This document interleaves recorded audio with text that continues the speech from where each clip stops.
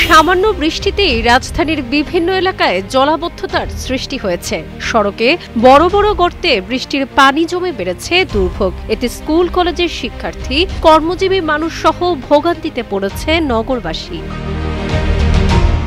সরেজমিনে দেখা যায় আব্দুল্লাহপুর উত্তরা বিমানবন্দর সহ মিরপুরের কিছু এলাকায় জলাবদ্ধতার কারণে দুর্ভোগ পোহাচ্ছেন চলাচলকারীরা। তারা জানান, সকাল 10টায় শুরু হওয়া বৃষ্টিতে 10 মিনিটের মধ্যেই পানি জমে এমন দুর্ভোগের সৃষ্টি হয়। উত্তরার মুগ্ধমঞ্চে বৃষ্টির পানিতে বাচ্চাদের জলকেলি করতে দেখা যায়। এছাড়াও অনেক বাড়ির মেইন গেট থেকে রাস্তা পর্যন্ত পানি জমায় ঘরবন্দি হয়ে পড়েন অনেকে। এদিকে বিমানবন্দর এলাকায় রাস্তায় জমে থাকা পানিতে গাড়ি ডুবে যাওয়ার উপক্রম হতে দেখা যায়। ফলে বিপাকে পড়েন বিদেশগামী ও দেশে আসা প্রবাসীরাও। ঢাকা ময়মনসিংহ মহাসড়কে বৃষ্টি ও জলাবদ্ধতায় ব্যাপক যানজটের সৃষ্টি হয়। এছাড়া মিরপুরের কাজীপাড়ায়ও দেখা দেয় জলাবদ্ধতা।